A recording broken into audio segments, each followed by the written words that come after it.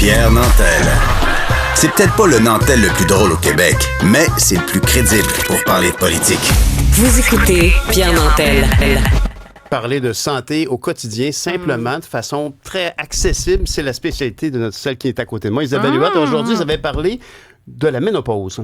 Ah, écoute, les lignes étaient en feu. Stéphanie en est témoin. On avait tellement de femmes qui appelaient et qui ont eu tellement de symptômes pendant des années sans se faire traiter adéquatement, des antidépresseurs, des ostéopathes, alors que la solution, c'était tout simplement de mieux balancer les hormones. Les hormones, hein, c'est fou, ça fait que je donne les caractéristiques, les symptômes. Bouffée de chaleur, difficulté de concentration, difficulté avec la mémoire, les fonctions cognitives, diminution de la libido, douleurs musculaires, articulaires, gain de poids, 5 à 10 livres en moyenne, du point de vue abdominal surtout, irritabilité, humeur, problèmes de sommeil, symptômes anxieux, dépressifs, sueur nocturne, envie fréquente d'uriner, incontinence urinaire, sécheresse vaginale et j'en passe. Fait que tout ça, c'est le lot d'une chute de progestérone et d'estrogène qui se traite très bien. Ben oui. Et souvent, les médecins en consultation vont ignorer quand la femme est jeune, par exemple, début quarantaine. Elle peut très bien être en préménopause. C'est dans votre tête, madame. C'est dans votre tête, on va donner un antidépresseur. Et ça pourrait être très bien un symptôme de déficience en progestérone, qui est la première hormone qui chute en préménopause. Je racontais mon histoire. Moi, j'ai été ménopausée très jeune. Je me suis fait enlever un ovaire dans la vingtaine, un autre dans la trentaine, syndrome des ovaires polykystiques. Donc, j'ai été ménopausée de façon chirurgicale, début trentaine. J'ai souffert de tout ça parce que c'est une chute drastique d'hormones dans le corps. Puis je me rends compte à quel point ça touche beaucoup les femmes. Puis les femmes ont encore peur, les médecins encore, les gynécologues, de traiter à cause d'une étude qui a eu lieu au début des années 2000. Que les hormones favoriseraient l'apparition de cancer. C'est tout ça? Exactement. Exactement. C'était 27 000 femmes qui ont été suivies. Puis au bout de 4 ans, on a dit on arrête l'étude là, parce que les femmes qui prennent des hormones, qui étaient des hormones qui n'étaient pas bioidentiques, mais synthétiques, avaient plus de risques de cancer du sein. Fait que là, on a dit, les chercheurs, on arrête ça tout de suite. On se garoche sur le bioidentique. On arrête tout. Là, ils ont même le tout bioidentique. arrêté. Okay. Ça, c'est hier, dans les années 1960, on a chuté la prescription de thérapie hormonale de 60 %. Puis là, les femmes ont souffert, jusqu'à un moment où on réanalyse les données, puis on se dit... mais là, il y avait comme des biais dans l'étude. Incroyable. Il y a comme une erreur de calcul, d'analyse. Oui, des facteurs confondants. Le fait que les femmes étaient beaucoup plus âgées puis que l'hormonothérapie, elle passe beaucoup mieux qu'on a entre 40 et 60 ans que plus de 60 ans. Bref, plein de facteurs qu'on a discutés avec Lynn des Hôtels. Mais moi, aujourd'hui, Pierre, je vais te donner des solutions alimentaires. C'est bien, des solutions. Parce qu'il y a des solutions alimentaires en lien avec la ménopause. Oui. Ah bon? Parce qu'il y a des femmes qui décident de ne pas prendre d'hormonothérapie. Comment ça être jaloux, là? J'aimerais ça qu'il y ait un petit peu... Demain, on parle d'andropause. Ah, ben c'est parfait. J'ai hâte à demain. Ça tente-tu de venir faire un témoignage? Es-tu là-dedans? J'ai aucune idée. Faut que tu me le dises. T'as pas de symptômes? Il y a un questionnaire. Demain, on est avec Jean Drouin. Il ne faut pas manquer ça. C'est un spécialiste. Moi-même, l'andropause, je disais, vous plaignez pour rien. Ça n'a rien à voir avec nous. Une grippe d'homme encore. Une grippe d'homme. Mais là, j'ai écouté le reportage d'Hugo Girard. Le docu-réalité. C'est touchant, ça. C'est touchant. Écoute, il y a une personne qui est l'icône de l'homme viril qui vient ouvrir le jeu là-dessus. Il y a une émission, je pense, même, qui en parle. Oui, il y a 5 épisodes. C'est fascinant. Moi, j'avais les yeux rivés là-dessus. Puis je dis, OK, je comprends.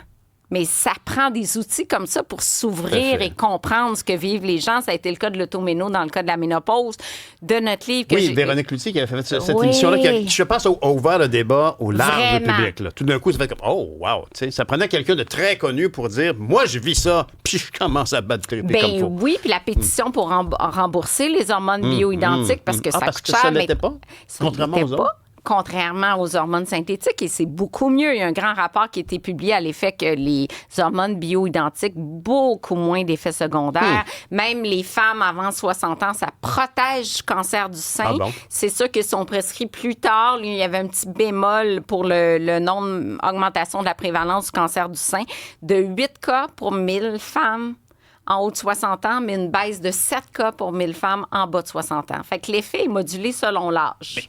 Faut connaître, ça semble complexe quand même. C'est complexe. Mais parce que moi, d'emblée, j'ai un peu le feeling que c'est quand même arrivé souvent. Moi, je regarde ce que j'ai vécu dans ma famille. Ouais. Les femmes ont souvent été mal servies par la médecine. Vraiment. C'est arrivé souvent et je me souviens en tout cas, entre autres, d'un gynécologue qui a mal servi ma sœur. Ouais. Puis qui, en bout de ligne, ça a eu des conséquences fatales. Alors, tu sais, comme y a-tu comme une forme de manque d'écoute chez les médecins masculins Vraiment. par rapport à les filles, ça... Mais même chez les femmes, manque d'écoute, mais je dirais manque de connaissances, manque d'outils. Il y a beaucoup de controverses autour des hormones, puis on dirait qu'ils sont pas informés, c'est mal enseigné à l'école ou c'est enseigné, tu sais, si tu as 5 heures dans un laps de cursus scolaire qui fait des années, ce n'est pas suffisant. Arrête. Ça va jusque-là? Ben, je dis ça 5 heures, là. Faudrait que Lynn des Hôtels me corrige, mais c'est pas suffisant. C'est pas suffisant, en tout cas. C'est pas suffisant bon, parlons bouffe. Mettons alimentation, bouffée de chaleur, 80 des femmes en souffrent. Ça peut être jusqu'à 20 bouffées de chaleur par jour. C'est quand même beaucoup. La bouffée de chaleur dure de 1 à 5 minutes. Il y a des sueurs nocturnes également qui vont réveiller les femmes. Il y a énormément d'insomnie. Et là, comment on joue avec ça, avec l'alimentation? D'abord, qu'est-ce qui provoque les bouffées de chaleur? Le café, les épices, l'alcool. Donc, on le sait, on prend 2 verres de vin, c'est clair qu'il y a des sueurs nocturnes qui sont très intenses durant la nuit. Ça peut provoquer le réveil nocturne aussi. Donc, modérer l'alcool fait partie des recommandations, mais aussi mettre de l'avant ce qu'on appelle des phytoestrogènes, des composantes végétales qu'on trouve dans les aliments, soit des isoflavones, des lignanes, des coumestans. On trouve ça où? Dans le soya. Fait que le soya, il s'est dérivé, les petites fèves de soya verte, le tofu. Toi, t'aimes beaucoup le soya, Stéphanie. Fait que le soya fermenté, le tempeh, le miso. Mais là, je ne veux pas faire mon smart, mais quand il est fermenté ou qu'il y a une germination, les capacités chimiques de l'aliment changent beaucoup. Améliorées. Améliorées en plus? Oui. Ah oui, c'est comme le microbiote puis tout ça. Oui, améliorées. C'est compliqué. On est loin d'un hamburger. En termes de biodisponibilité, fait que c'est encore mieux, mais c'est le goût qui passe pas tout le temps. Je me souviens, au Japon, j'ai mangé du natto, qui est la source la plus concentrée de phytoestrogènes. Mais honnêtement, ça goûte de la moisissure, c'est vrai. Mais c'est vraiment gluant, puis c'est fermenté des heures, je pense à température pièce. En tout cas, bref. Mais bref, les phytoestrogènes, pour la prise de poids, ben, le tour de taille prend de l'expansion. Fait qu'on écoute mes bons conseils en gestion de poids saine et équilibrée. Pour le moral, les oméga-3, le poisson, voire les capsules d'oméga-3 à raison d'1 gramme de PA par jour qui peuvent moduler l'humeur. Dont le prix est astronomique. Le prix, est très élevé. Les oméga machin truc, là? Oui. J'ai vu ça l'autre jour à l'épicerie. Je me disais, voyons non, ils vont les mettre sous clé bientôt. Oui, mais sinon, c'est manger du poisson 5 fois semaine. C'est cher aussi. Quoique le ton a baissé, le ton conserve. Là, j'écoutais Sylvain Charlebois on apprend de tout ici. Cette semaine à Cube, dans une de vos émissions, puis le ton a baissé. Le magnésium, qui est un anti-stress, et il faut élever la sérotonine en circulation. Fait que le fait de ne pas faire un régime dépourvu de glucides complètement, ça va faire chuter la sérotonine. Un petit peu de glucides, mais pas trop. Pour l'insomnie, l'insomnie touche 47 des femmes, plus les femmes que les hommes. Ben, c'est dans la croyance populaire. Je ne suis pas le premier gars qui va dire que... Stéphanie Villeneuve, t'en fais toi, tu dors comme un bébé. Hein? Trop jeune. 47 des femmes en périménopause font de l'insomnie.